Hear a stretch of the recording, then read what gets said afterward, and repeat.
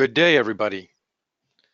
This is John Lombardo with Avoca. We'll begin shortly. We'll give another couple minutes for people to phone in. It's just about 2 o'clock, actually 2 o'clock straight up here on the East Coast. So give another couple minutes and we'll get going. But thank you everyone for participating.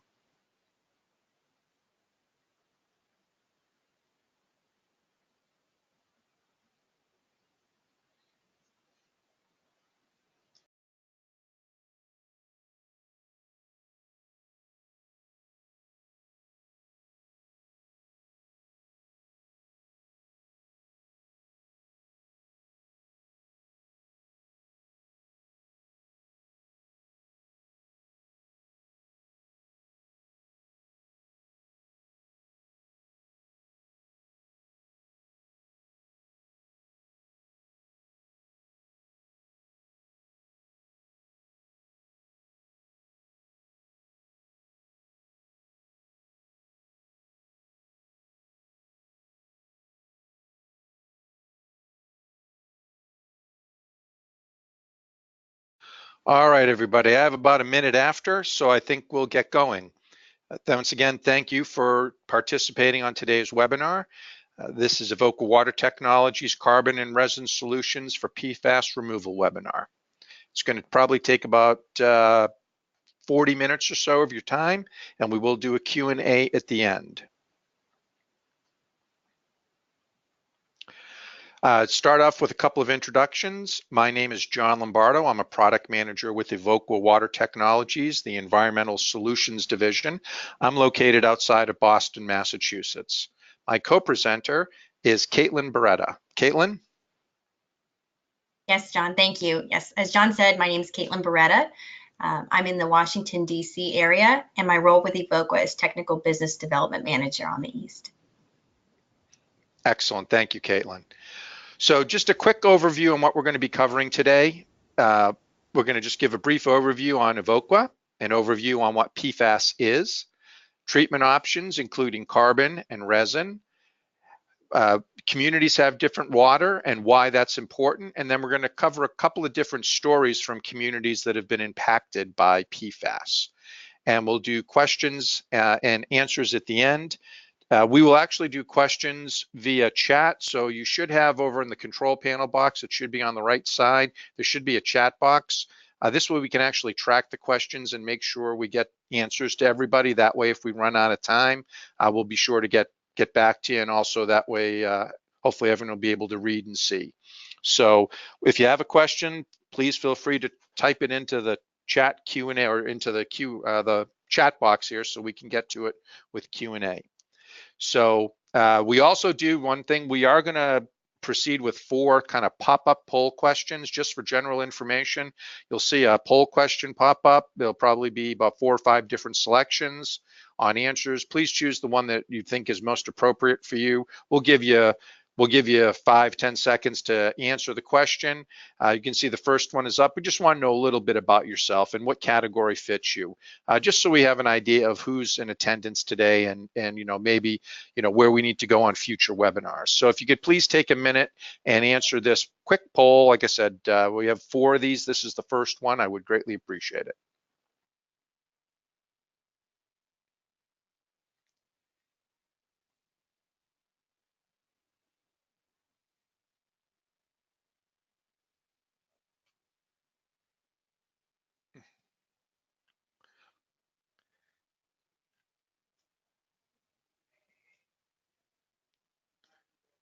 Okay, I think we can hopefully close the poll.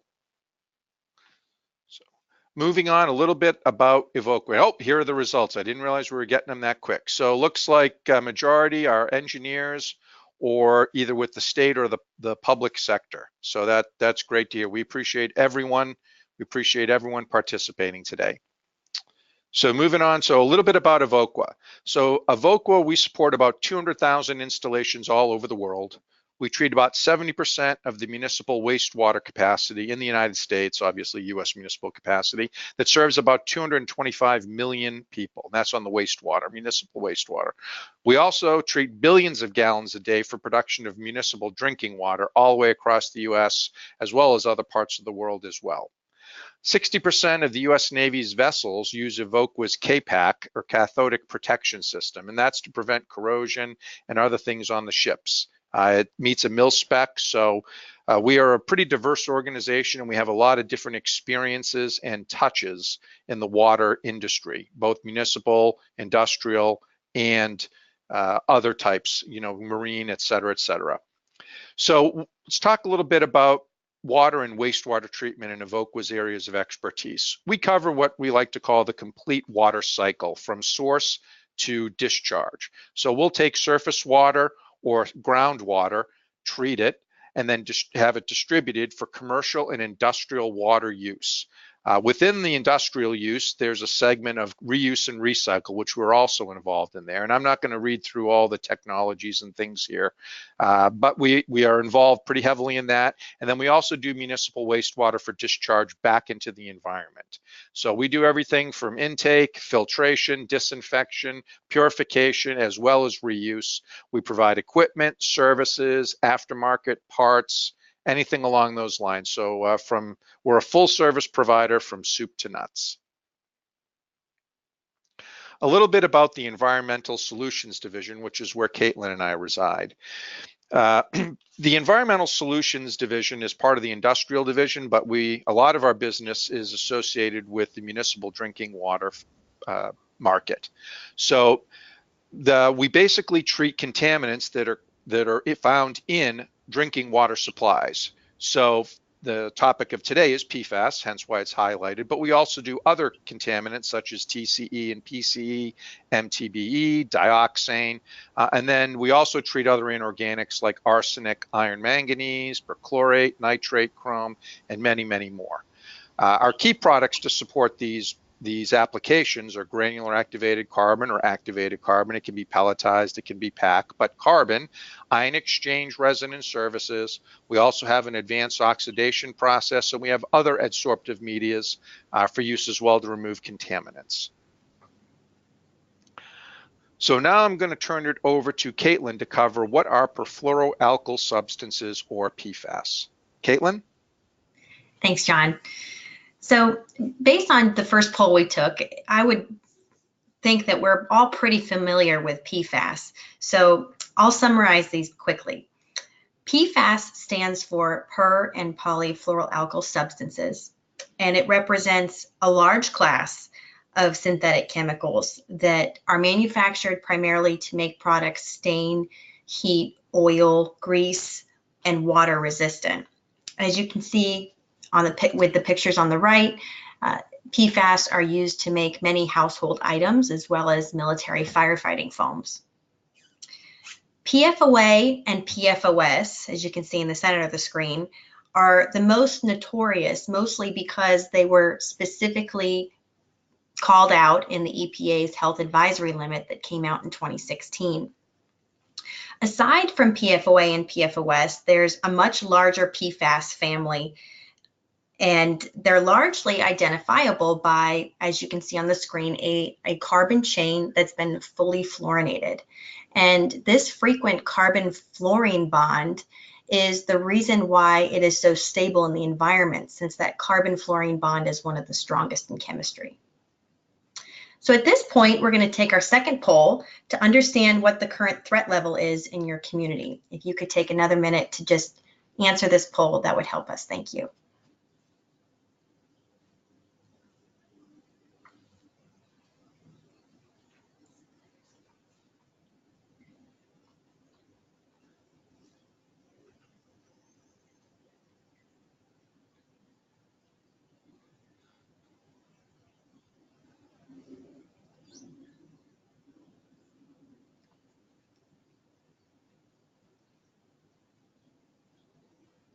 Okay, Mike, are you able to share the results of that poll before we move forward?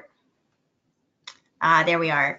So it looks like we're split 50-50 between PFAS concentration being below the EPA's health advisory limit, or that there is no threat level yet in our community, which is very interesting, and I'll point out why in the next slide.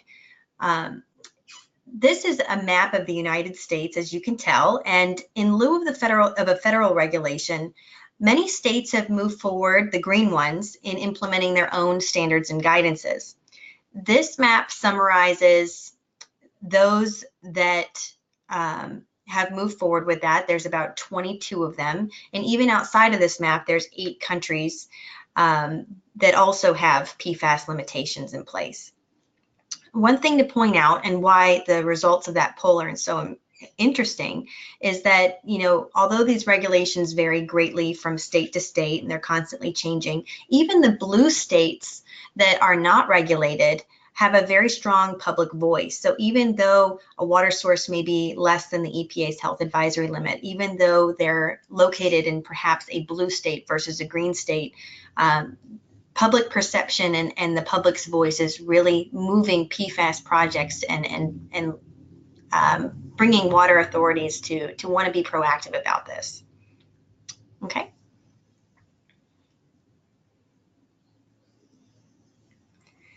So the purpose of today's session is to provide education on the solutions for PFAS removal. This is offered certainly after the PFAS roadshow that the EPA had done. And just to point out that although the focus of today's presentation is not technical, we are certainly available if you are interested in providing a more technical presentation or speaking to you in more detail about perhaps a particular project. Our team at Avoca has helped many communities across the country, and in large part due to the vast differences in the regulations, which we just covered, which results in a strong difference in treatment goals and, you know, the natural variability in water chemistry. It's not possible to provide a cookie cutter solution. The same solution is not going to apply to each water utility and provide the same effective results. Both of the technologies we'll review today work great for PFAS removal, but our approach to PFAS has been in finding the most effective technology in terms of performance and life cycle cost. So on this slide, we just wanted to highlight that every water is different, and Avoca can provide the expertise and the portfolio to help you find the right solution for you. Okay. So now we'll move on to our next poll. What is your level of interest or concern for PFAS removal?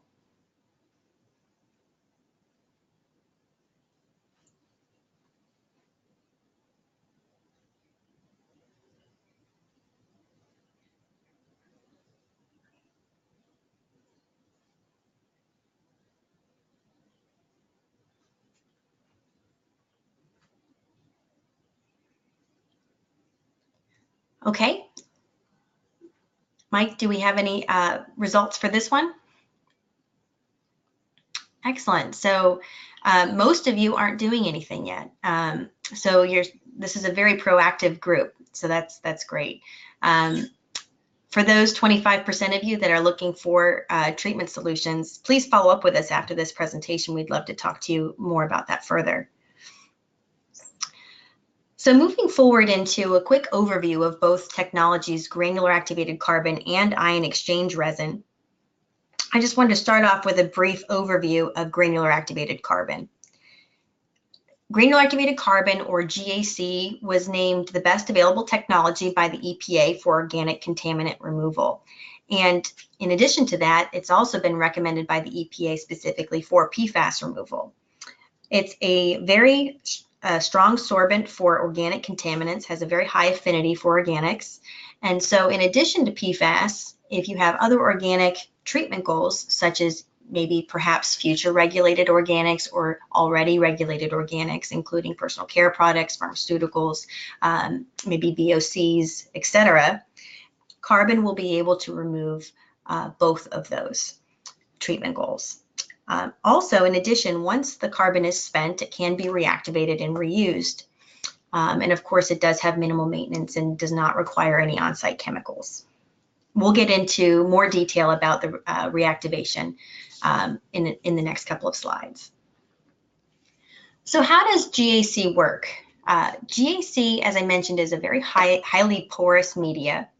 It has a very large surface area for capturing organic contaminants.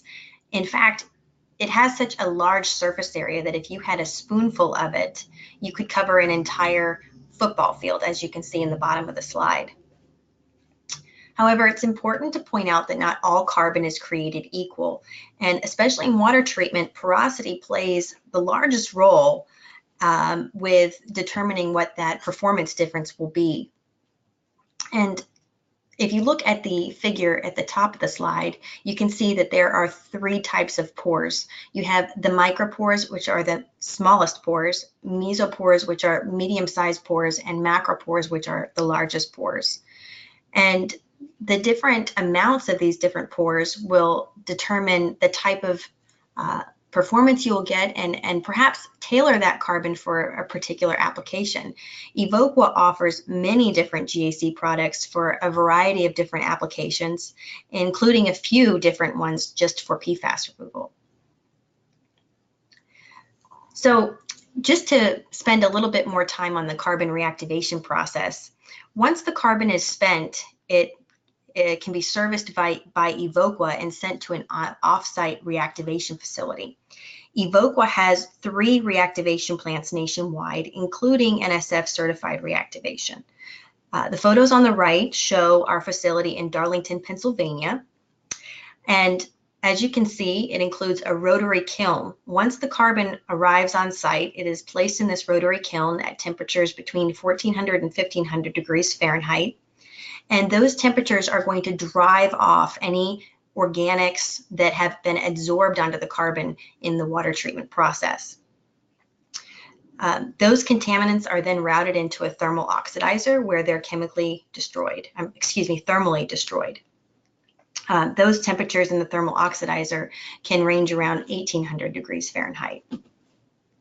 The reactivated carbon at that point can be returned to the site for reuse. So what has been accomplished in this process is that you've completely destroyed your PFAS and you've been able to reuse a carbon that otherwise would need to be rebed with virgin carbon. So it certainly is a cost-saving parameter and also destroys the liability of the generator. So you don't have to worry about, where is this PFAS-laden carbon going? What's going to happen to it in the future? We offer certificates of destruction as well. So at this point, I'm going to pass it back to John to cover some basics on ion exchange resin. Thank you, Caitlin. A little bit about ion exchange. So some of the benefits of why you would want to use ion exchange resin for this, it does have a smaller system footprint if space is an issue. The life cycle costs are a little bit easier to predict. The spent resin can be incinerated, destroying the PFAS contaminants or any other contaminants. And you can also get a certificate of destruction for that as well. They're like I said, being incinerated, they are thermally destroyed. And it does require minimal amounts of maintenance. So there are some benefits for it. So what is the ion exchange process? Well, for Avoca, we use basically a gel type strong base anion exchange resin with a uniform particle size. But the ion exchange process is based on the principle of exchanging a harmless ion for whatever you're trying to remove as a contaminant. So in this case, if you're looking at the bottom half of the slide, there are 2 beads, and those represent the ion exchange resin beads. So they are loaded with a charge, if you will. In this case, it's a chloride, so you can see the Cl for the chloride. In this case, the resin has a whole bunch of these chloride sites on it, and what happens is that chloride is then exchanged for one of the PFAS components. As you see in this case, it's PFOA in this example. So the positive gets exchanged out and attached, and basically you end up attaching the PFAS or the PFOA as depicted here, and you end up exchanging that chloride with the sodium, and you end up with a harmless ion that gets carried away into the effluent. So as you can see, it's a pretty proven, if anyone has a softener or is familiar with softening, it's the same, in theory, type of cycle. Avoca offers performance testing. What's shown on the right here is a pilot system with multiple columns. It can be used to test the effectiveness of a technology for removal before going to a full-scale operation. In this case, this is a site that was installed for a community's drinking water system to pilot different types of media. And that's one of the advantages of having this pilot stuff available, is that we can test on real-time water. So you're not just taking a snapshot of a water supply. You'll be running it for usually periods of months to gather data and show performance over a longer cycle. We also have the ability to do accelerated bench scale testing, which can simulate months of runtime within days or weeks. Those are usually called RSSCT, or rapid small scale column tests. So now we're going to cover a few community impact stories, if you will. So the first one we're going to talk about is Stratmoor Hills, Colorado. Stratmoor Hills is right outside of Colorado Springs, and they were impacted by this from their aquifer. Local Air Force Base is the source of the PFAS contamination in their water. And the aquifer supplies several other communities in the area, and they have been affected as well. So it's not just isolated to Stratmoor. There's actually 3 other communities that are listed in there that are impacted by this as well. So they're treating specifically for PFOA, PFOS, and PFHPA, which is perfluoroheptanoic acid. So Stratmoor basically went with a solution that had been tested at a sister community in Widefield. Like I said, they're all drawn from the same aquifer, I believe the Widefield aquifer. The city of Widefield was doing testing and piloting, and Stratmoor Hills, they were sharing data with each other because it's a very common concern. And Stratmoor Hills decided that they liked what they had seen so far in the testing, and they took immediate action to use ion exchange resin. The configuration, like I said, had been proven through piloting and testing at a sister community right next door, drawing the same water.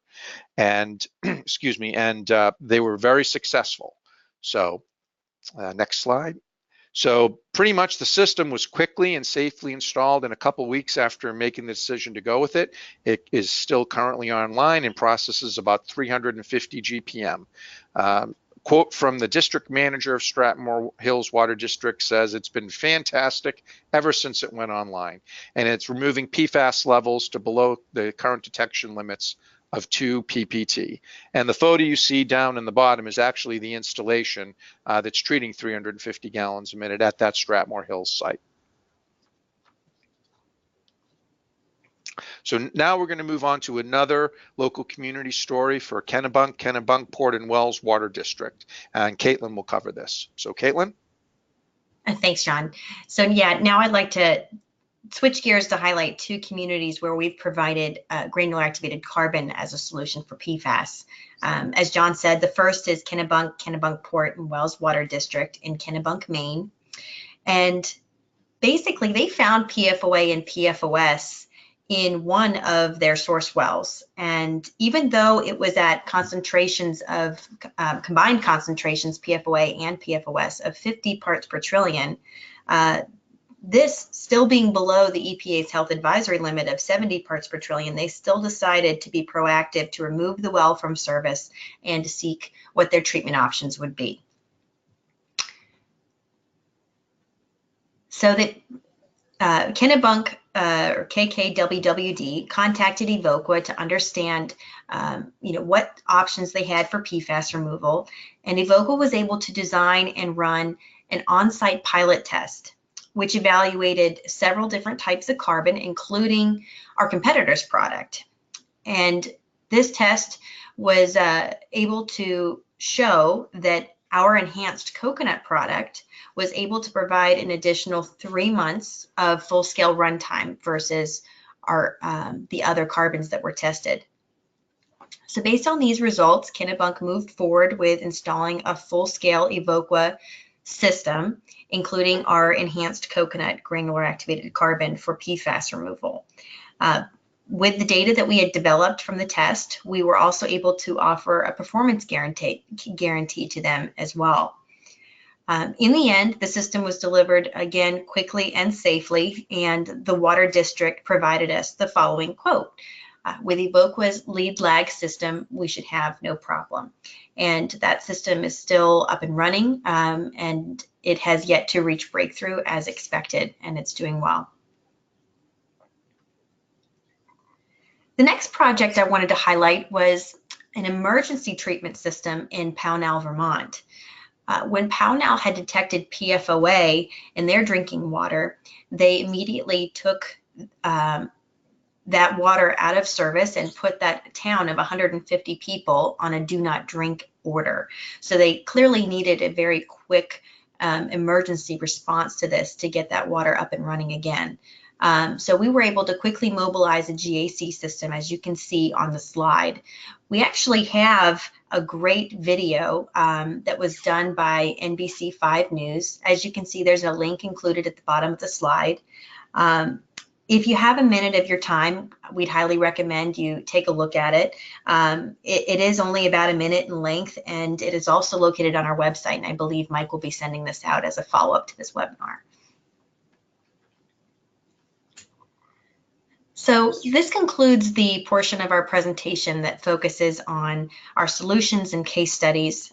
To summarize, our approach to PFAS has been to provide the best solution and customizing that solution for your community based on your local water conditions. As a reminder, there are 2 handouts included on the right-hand side of the screen that cover both the Kennebunkport Water District as well as Stratmoor Hills Water District case studies if you'd like some more information. And with that, I'll pass it back to John. Thank you, Caitlin. So we're getting near the end before we go to some Q&A, but just to talk a little bit more about Avoca is, you know, we try to be very easy to do business with. Our priorities are, excuse me, are safety and the environment, right, which is important to everybody. You know, we want to be good stewards and we want to be environmentally responsible and conscious for all that we do.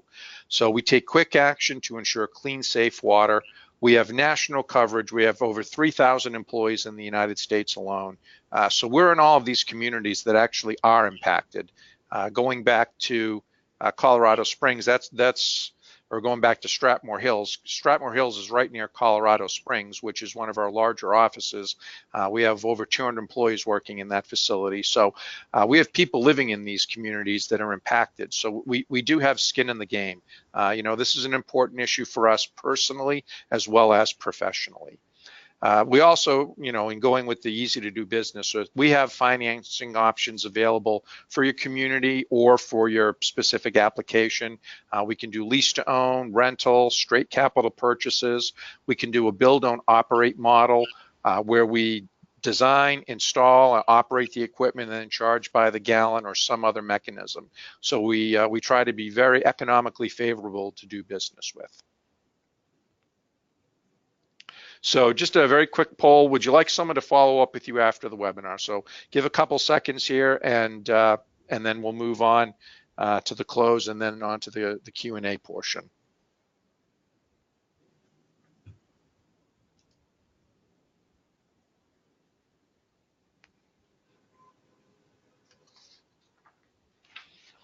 Okay.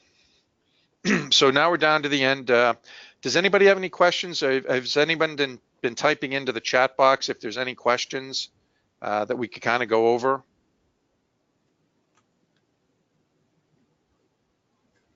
I don't see anything. Caitlin, are you seeing anything, or Mike? I'm not. Yeah. Okay. Well, I think we'll just try to cover a couple things. I mean, you know, I don't know whether that's a good sign or a bad sign. I'll take it as a positive that we've covered a lot of questions. So just a couple things. I mean, just to kind of give you some, I'll say a couple of FAQs.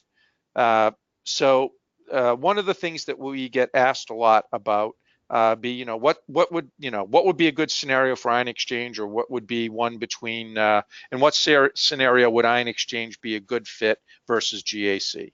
So Caitlin, I think, do you want to talk a little bit about that? Oh, sure. We get that question almost daily. So I'd be happy to take a stab at that one. So, I mean, as you can tell from the presentation, both ion exchange and granular activated carbon work great for PFAS removal. And, you know, to that note, we have plenty of data we'd be happy to share if you're interested after this. You know, I mentioned a few times that our approach has been to optimize the design so that we can reduce operational costs. So one you know, perhaps why someone may want to install ion exchange, or maybe scenarios where ion exchange may be a better fit, is where situations where there may be a footprint constraint. Of course, ion exchange systems require less contact time and are therefore a smaller system overall. Another situation would be where there may be a high TOC environment in the water, or total organic carbon. The TOC will compete with the PFAS for absorption with granular activated carbon. So in those situations, ion exchange may perform better and should be considered. And finally, also, if there's a secondary inorganic treatment goal, you know, for example, perchlorate, our resin has demonstrated a strong amount of data to show its affinity for perchlorate in removal from water as well. On the contrary, you know, GAC would likely be a better technology to look at if you have a lot of background anions, which would compete with the PFAS in terms of its ability for ion exchange to remove it. And again, if there's a secondary organic treatment goal, for example, something that maybe isn't even regulated yet today, but your water district anticipates that something that's coming down the pipe, to use a water pun. Or perhaps it's something that is currently regulated, such as TCE, PCE, etc. But ultimately, we recommend testing, and if we know more information about your water quality, we could even run a model for how long we would expect that bed life to last for ion exchange. John, you had mentioned that on the carbon side, we can run a rapid small-scale column test in just a matter of days or weeks that can simulate months of full-scale runtime. So we will be able to turn that around very quickly to give an idea of how carbon would work in that environment as well. Excellent. Thank you, Caitlin. I still don't see any questions. So just another kind of FAQ is, you know, say we've discovered PFAS in our water. So what's the typical process for these projects from discovery to installation? We do get that question quite a bit from those, I'll say, outside of the engineering world. The process would be, once you've discovered it, is to figure out, you know, one, where the source is coming from, but what would be your best treatment source, right? You've got to look at what are going to be your goals, because it depends on what the contaminant is, right? So our recommendation is, if it's been discovered or you think you're going to find it, the best thing to do would be to look at what you think the broadness of the impact is. Is this contained to one well? Is it contained to multiple wells? Is it something that can be, you know, can you shut down a well to stop it and find another source? Or are there, you know, is there going to be treatment or non-treatment options, right, is what it comes down to. So if it turns out that you're going to have to treat because you don't have options for non-treatment, the best thing to do would be to involve a professional in the process, right? Because you're going to have, there's probably in many cases geological work that needs to be done. There's also going to have to be other things that are be done, studies and other things. So engaging a professional engineering company is always a recommended step to make sure that you've got multiple sets of eyes looking at things and making sure that, you know, you're having qualified people looking at what it is to make sure and double check everything. From there, Avoca works with a lot of the major engineering, in fact, all of the engineering companies, to provide solutions based on the recommendations and findings.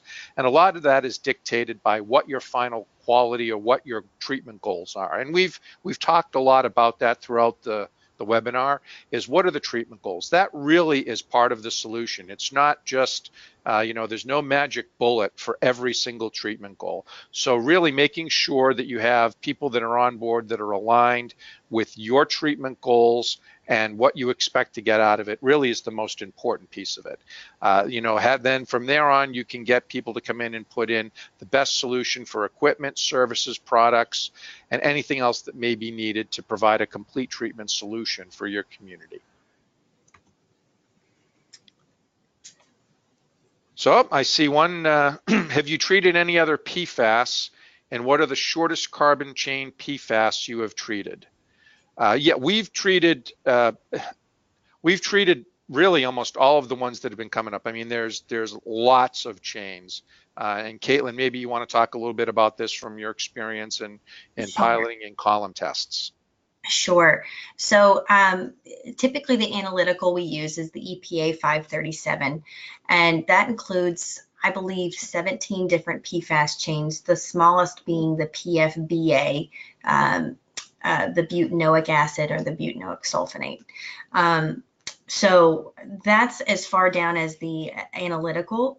We have research for. Both carbon and resin would work for those short chain compounds. We do get that question a lot as well, so I'm just assuming that might be a follow-up. One thing I would say is that we do see that resin has a very strong affinity for the sulfonates, basically anything that ends in an S. So again, to John's point, it will matter which exact PFAS change you're looking to remove and to what level. Well, I don't have any other questions showing up. So I don't know, like I said, I don't know if that's a good thing or a bad thing. I hope it means that we've done a well enough job to at least acclimate you. And as Caitlin had alluded to earlier, I mean, this is really just like, if you want to call it a 101 type webinar. If anybody has needs that they want to go deeper and they want to review a little bit more data, we'll be looking at, I'll say performance curves or specific contaminant removals. We're more than happy to talk with you and go over your specific case. Like I said, we know every community is different, and our goal here is to make sure that we maintain compliance and sustainability for your community as well as the environment. So are there any other questions, or is there anything else? I mean, like I said, in the chat box, I'm hoping that the chat box is working. If not, you can please, right up on your screen now is the environmentalsolutions@avoca.com email and our number, as well as you can go to this web link to get some more information. You can contact either Caitlin and I through any one of these mechanisms up here on the screen. If you want to talk about it a little bit more, you have specific needs or questions, we'll be more than happy to talk with you or meet with you, either ourselves or with our team members throughout the United States for any projects or questions. Hey, Yes. John. There are a couple questions that came in a different way. So one question is, recommended treatment system for a concentrated waste stream such as landfill leachate. Okay, so for when you say concentrated, I assume they mean something probably in ppm concentrations versus usually like PPT, even some PPB, but mostly PPB or PPT, mostly found in drinking water supplies.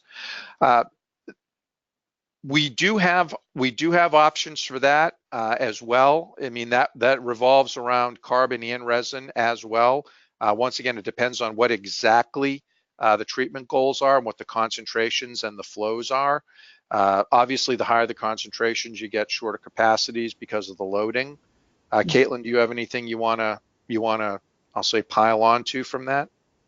Yeah, we're working with a few of these situations similar to what you've described, and we've tested both carbon and resin, and obviously these waste streams are strongly going to have different water qualities. The TOC is going to make a big difference for carbon. Again, I've said that a couple of times, so it's very important to take a look at that. One thing is that if you mean concentrated by PFAS, taking a look at that loading on what that media will be important. One thing to consider is a reactivated carbon, for example. reactivated carbon. If you're going to have a really high usage rate of carbon, it can oftentimes provide you with a good cost savings and still provide you with the amount of treatment that you might be looking for. Ultimately, we are going to recommend that you test because we don't have a lot of information about that waste stream that you're working with. But our suggestions would be to continue to look at carbon and resin. Well, that leads into the next question. What gives you better information, rapid scale column test or longer term pilot project at the site? Oh, sure. I can take that one, John. Okay. Really, the longer term pilot test at the site is going to certainly, if you have the timeline to do it, is certainly going to give you more accurate test results. And that's because you are looking at a water quality over a period of time.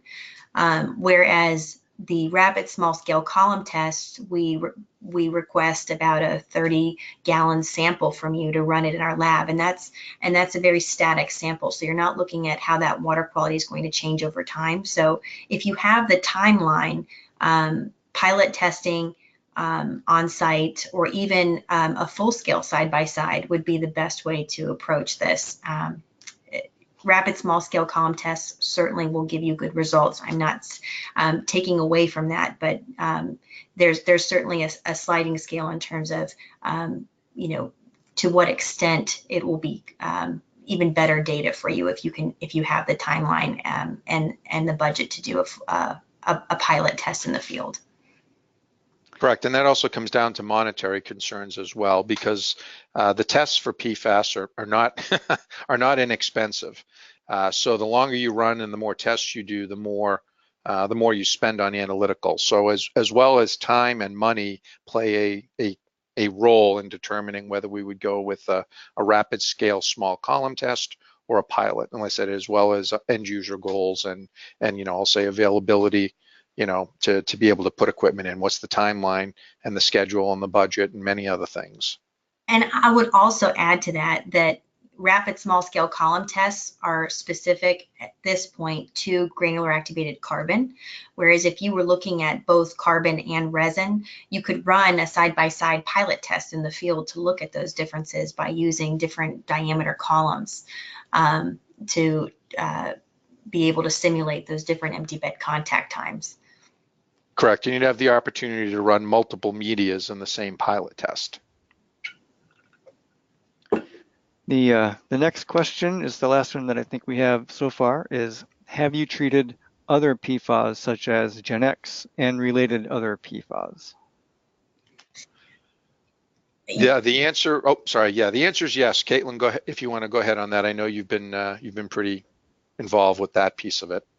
Yes, we have been working at a site in the North Carolina area.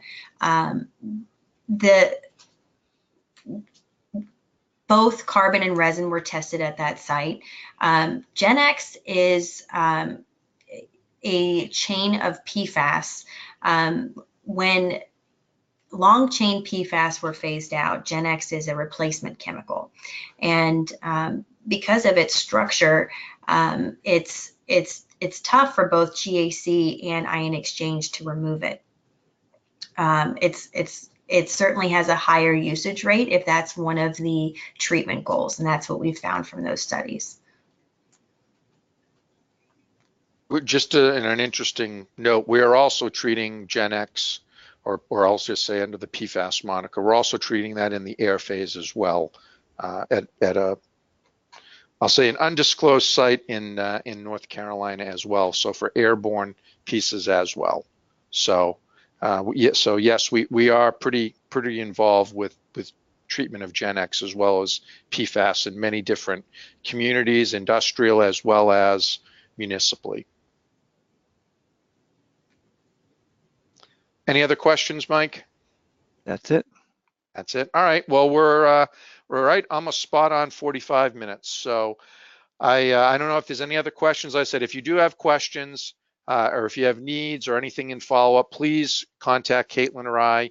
You can email us at environmentalsolutions@avoca.com, all one.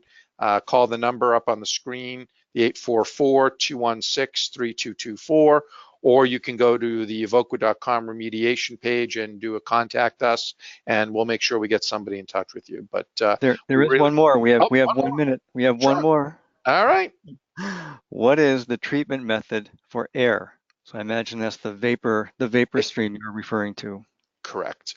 Right now we're using granular activated carbon, or actually, well, I shouldn't say granular. We're using activated carbon as the treatment for air. So we're running it in vapor phase. We're running it through vapor phase adsorbers. In this case, we're using pelletized carbon for the pressure drop concerns, but we are using pelletized activated carbon for treatment. And that is the last question. That's the last question. Well, thank you very much, folks. If you do have questions, please email or contact us. We greatly appreciate your time. We hope you found this very useful. Like I said, and we'll be happy to come and or talk with you further about it, either in person or over the phone, and do even a more in-depth webinar. Like I said, this is like a 101. We would be happy to do a 102 or a 103 with you, so to speak. So thank you, everyone, for your time. I hope you have a great day. And once again, thanks again for coming on and joining the webinar. Thank you.